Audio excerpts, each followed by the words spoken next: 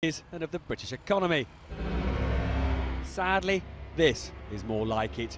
Productivity output of workers has been in the slow lane for years. But not for Riz, who's a driver with the global digital taxi firm Uber, and who asked us not to give his surname because he fears unpleasantness from taxi drivers whose livelihoods are threatened by this revolutionary outfit. If you look, say, how many hours you're working now to earn the same money as you were earning before, how does that compare? I used to put in, say, I think a minimum of 60 hours, whereas now with Uber I'm putting in roughly about 38, 40 maybe max, and I'm taking the same money. Uber's a big deal because everything it does, from booking to pricing to travelling, is controlled via software on smartphones. Here's its London HQ, and its growth has been astonishing, from 0 to 15,000 drivers in Britain alone in less than 3 years.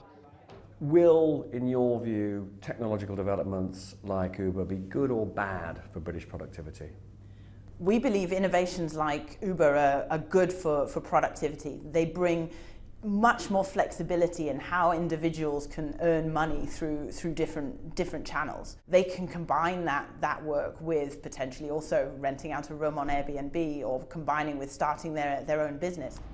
The massively increased productivity of Riz and of other Uber drivers is a bit of an exception to the British rule, because since the crash of 2007-8, productivity, output per worker, output per hour, has been pretty flat. It's one of the reasons why wages have barely risen since then.